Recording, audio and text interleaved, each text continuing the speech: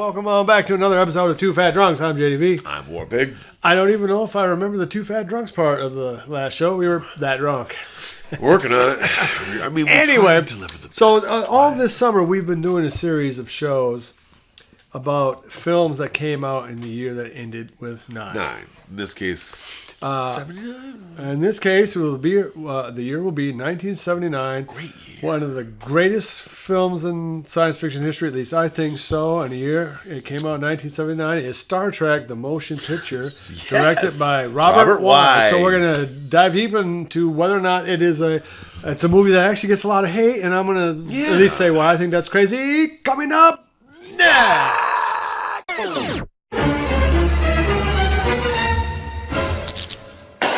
Okay, thanks for joining us. Okay, we're in August as we shoot this episode, and we're talking about. So we better get to the rest of our years and movies that year in 9 gag, as we're running out of year. We're in August, right? But this is a movie you should see. In fact, a movie theater chain, I can't remember which one, a smaller one, is going to have a re-showing of Star Trek: The Motion Pictures for a weekend in the theaters across the nation.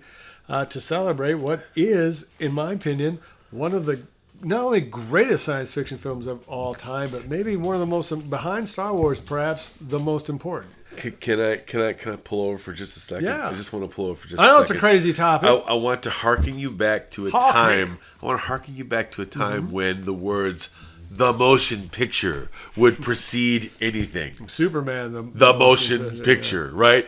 The Sound of Music, the motion picture. I mean, isn't that funny? That's a whole topic unto itself. The whole concept of X, the motion picture. That would be the title of the film. But you Roger Corman wouldn't have like Squid 2, the motion picture. No. That was just for when you because it would have to be referencing something else. But also something, it implied big budget. Right. Oh no, this is the motion picture. And Star Trek: The Motion Picture indeed had a massive budget at the time. It did have a pretty big budget at the time because they were ready to everything. Anyways, go ahead. When I say to you Star Trek: The Motion Picture, what's the first thing that jumps into your mind? Persis Kambata. Really? Yeah. Who played Lieutenant Ilea because she was so unique looking. The Indian actress who actually did I think one other movie. Wolfgar's girlfriend. Yes, for the recently departed Rutger Hauer in Nighthawks with Billy D. Williams and Sylvester Stallone. Right. A fantastic film. She was, I think, a French model. Yeah, and then beautiful. After that, she passed away. Yeah, I think she was also in a very bad film called Megaforce. With Barry Bostwick from Rocky Horror, yeah. Where do you rank Star Trek, both in terms of just how would you rate it as a movie and what is its significance? Honestly, as a movie, when I first saw it, I actually saw it when I was a child, if you can believe it, in the theater. That's where our age difference actually does make a difference. It does make a difference. Because I saw it on a 400-foot screen at the campus theater in Ann Arbor. You see, I thought I saw it at a theater, but I was much younger, and it was disappointing at the time because I was already primed by Star Wars. So I was ready to see Star Wars. Instead, what I was treated to was a very slow-paced, cerebral, but significant science fiction film that really I was not prepared for as a child. That's where's the Force, bro? I mean, it's like that. It was a 2-hour Star Trek episode. It's exactly. It's like watching Dune when you're 8. It's right. I think that's a lot of sense too. But definitely later, when I went back and watched it, I just began to appreciate just how good a film it was, because it definitely did not get any love when it came out. Which made Star Trek 2 all the more that got made, and you're like, yeah, because it was. Well, this is why I'll go to kind of when it came out. It seems, first of all, right off the bat, I'll start my entire argument for why it is one of the most important sci-fi films is that without Star Trek: The Motion Picture, there is no Star Trek: The Next Generation. Nope. There's not Voyager. There's none of that. None of that stuff. There is no Star Trek 2, Wrath of Khan. Wrath of Khan does not exist in our universe or our timeline without Star Trek: The Motion Picture. No, you're right. That movie was so important because it was really, I think, the first time a TV show had ever jumped to the big screen ever, and if it's not, then ever with the kind of money that they threw at Paramount threw a mountain of money at Robert Wise. And the honestly, sets and the at the for time, a show that was only really on for what, 3 years? That's right. And had been taken off the air and had been off the air for No, not long. You surprised me, like long, 2 how years. long was it? Before But I his mean, syndication. as an official, you're talking about syndication. As an Yeah, but official syndication season. is why Star Trek got made into a movie, because it was so Because it got huge. popular, right. It was one of the first times I think it was the first time that the network started looking at demographics,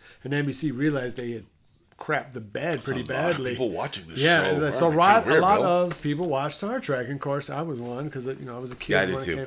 I love See, Star Trek. I'm old enough to where I had watched Star Trek many times before I saw Star Wars. Most kids now, I think, probably would see Star I'd Wars. say that because I saw Star Wars when I was like 6. Yeah, I mean, You know, I mean, I'm I guessing was that's what that most young. people Yes, actually. I watched Star whereas Trek Star up to Trek then. is a kind of a slightly. A little more esoteric, a little more not quite as and so right accessible. off the bat, just the fact that Robert Wise directed it, Director of The Haunting. director of The Sound of Music. Very famous director too. I mean, just I think he did West Side Story. A-list director. Yeah, I mean, he is as like- A-list as you can possibly get. So Right. just the very fact that Robert Wise would even do a TV episode type movie is a big deal. You can see the meeting. Jerry Goldsmith's score you say he's a Vulcan? is perhaps the most hum theme song from the 20th century. Ba-ba-bum, You can hum that easier than you can hum Star Wars. ba-ba-bum. It's an amazing that they still use on the next Well, generation. the next generation used that theme. Yeah, That was class. That It's was a so good- just the gravitas of the film, the fact that Shatner and Nimoy are so great in those parts. It's almost weird. It's supernatural how great they are. And then all of them, fantastic. D. Kelly as Bones, And James Doohan, right? That whole main George cast. Takei, all of those guys are so freaking good in those parts. It's just They're so perfect. It's weird, right? I mean, And it's just, the costumes, and it's the most beautiful model ever made. The Enterprise model for Star Trek: The Motion Picture, in my mind, is the highest level of model making that our species has ever obtained, it's a beautiful, or will it's a piece of ever art. obtain. I mean, it is above, a unique design. right, and above it the is a ships in piece of art, 2001. It's above even the last movie to really use a big one is Starship Troopers, the big Roger. Yeah, Young. they were just big. That's a real model, and it is Right. an amazing model. It's a great model, Battlestar but- Galactica is a model, but no, give me. the elegance, Yeah, right? give me the smooth uniqueness. lines and the fact that it both looks Right. like it could work. It is huge and still somehow looks fast, even though you're in space. It Yeah, just it's looks like a so Porsche. sleek. It's Yeah, like, it's just on everything Enterprise. about that movie. Now, the negative is about the film, of course, is that you do not have Ricardo Montalban.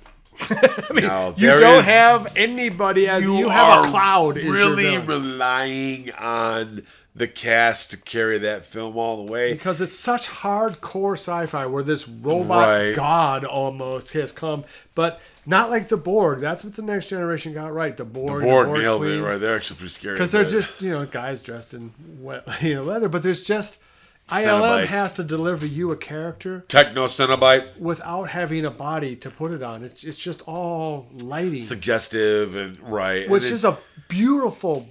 and then the awesome film movie. takes like a 20-minute break in the middle of it. And you're like, wow, this is. I I mean, there was already not a whole lot happening. there is before, entrance but music to Star Trek: The Motion Picture. that is There's- actually it's- classy. It might be one of the last ones. Yeah, ever where happened. where they play the what do they call it? Overture. The Overture. Black yeah. Hole has an overture, and I think that came out a year later. But 78, it's yeah, around something like that. 80, was it 80? I think it came out in 80. But yeah, just the idea of having an overture, and again, it speaks to So it's a the very- motion picture. it's a There's very an overture, hardcore science right? fiction film. It's like almost Forbidden Planet level. It is. It hardcore is a sci-fi. sci-fi in story. part because they don't have a guy like Ricardo Montalban chewing up the sets. It's just this really weird gizmo thing. But that is, you can't, for a lot, I can understand why people can never love the motion picture as much as they love Wrath of Khan or First Contact or some other later Star Trek films, because there's no Alice Krieg. and you they're know? very different films, right? Alice I Krieg mean, is great as the Borg Queen. I mean, Next- she's just fantastic in that next part. the motion picture is so cerebral and so Right. like phase 4 level sci-fi that you're just like, What if ants could conquer the Earth? imagine, right? Oh, imagine if Voyager comes back, and you're like, wow, that's pretty heavy. But the effects are so good, and the fact that you get Shatner and Nimoy is just. It just takes it in a different level. And again, there'd be nothing else without it. I mean, you wouldn't have any of this. I don't. But you wouldn't have Star Trek Discovery. Would you agree though that most people don't think they don't love it? At the very least, they don't love it. It Maybe won't be their favorite. It won't be their favorite. No. And it is. It's just such a good, classy sci-fi movie in the Star Trek universe, and it establishes the Star Trek universe or whatever. And it also introduced Steven. You know who it is? The guy who plays the. He ended up being as the second in command. Yeah. Stop fighting me, Deckard. Jim, you're the one who's fighting, right? Bones laying it out every fucking time. But yeah, but he was also he went on to do like everything. Like he was in everything after that. It was a lot of TV. Dude, you know he did Tales of the Gold Monkey? Dude, fucking nail that. You took it out of my mouth. What's You his fuck name? Tales of the Gold Monkey. Thank you, Stephen Collins. Yeah, TV forever. Really good Wisely. cast. Really yeah, good but a cast. very good actor. And the soundtrack is one of the greatest soundtracks of all time. It really is. Who is that? Is that Jerry Goldsmith? Jerry Goldsmith. He's the king, man. Yep. He really is he's starting to. I always thought it would just be John Williams to me, but Goldsmith was more versatile. Jerry Goldsmith, dude. Jerry Goldsmith did Planet of the Apes, and that is a fantastic revolutionary soundtrack. Yeah, jeez, that It is really true. is. It is a great one.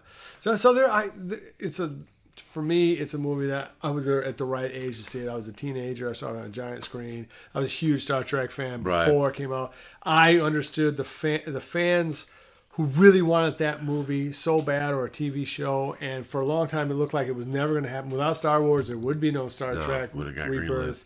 Right. And so I think everyone was worried about it being, just forgotten, being bad. It wasn't bad. It just wasn't great. The effects, the thing is, the effects. It is not a 5-star film the way that Wrath of Khan. Pretty good effects. Pretty good. But the effects are amazing. great. Oh, the effects like are the amazing. Klingon battlecruiser scene. Oh, that's pretty good. I mean, it's. Oh, if you have models to see it, and whatnot, I mean- if you do watch it, get the updated director's version. Yeah. The sound is fixed in a couple of scenes, and it adds some new CG that is absolutely awesome. It adds to the story. It's so seamless. If you haven't seen the film, you'll never notice it wasn't there. So this has been our episode on Star Trek. The 40th anniversary thereof, right? Yeah, 40th 40 anniversary years. of what for me is a really solid movie. If you haven't, it is long. But check it out, man. But yeah, if What you got nothing to do on a Sunday, like a rainy day, watch that. And it might become one of your favorite films. It might become kind of your, that wasn't as bad as I thought. Maybe I could check it out again. And Probably not going to be your favorite film. it'll be awesome. You'll love it. Oh, Jeremy We'll hates fall it. asleep 3 times. Yeah, see, I mean, I understand that, but to me, it is a beautiful film. Like, subscribe, share, love each other, and until next time.